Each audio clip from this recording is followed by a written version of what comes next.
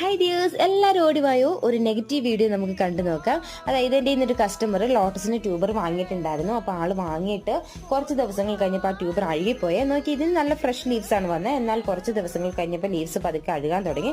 ആൾക്ക് ഭയങ്കര വിഷമമായിരുന്നു കേട്ടോ. ഇന്നും എനിക്ക് അപ്ഡേറ്റ് തരും, പ്ലാന്റ് അങ്ങനെയായി ഇങ്ങനെയായി. ഇപ്പോൾ ഈ കേൾക്കുമ്പോൾ എനിക്കും വിഷമം ഉണ്ടാവുന്നുണ്ട്. കാരണം നിങ്ങൾക്ക് പ്ലാന്റ് നന്നായിട്ട് കിട്ടിയെന്ന് കേൾക്കുമ്പോഴാണ് എനിക്ക് ഏറ്റവും കൂടുതൽ സന്തോഷമാവുന്നത്.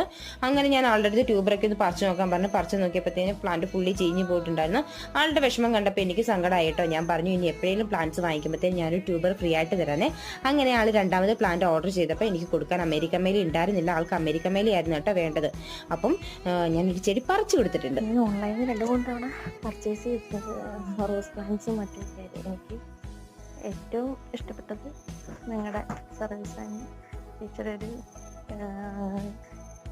പെരുമാറ്റം നല്ല ഇഷ്ടപ്പെട്ടു. താങ്ക് യു ചേച്ചി. നിങ്ങളുടെ ഈ റിവ്യൂസ് മാത്രം മതി കേട്ടോ എനിക്ക് നന്നായിട്ട് വേണം. Thank you so much.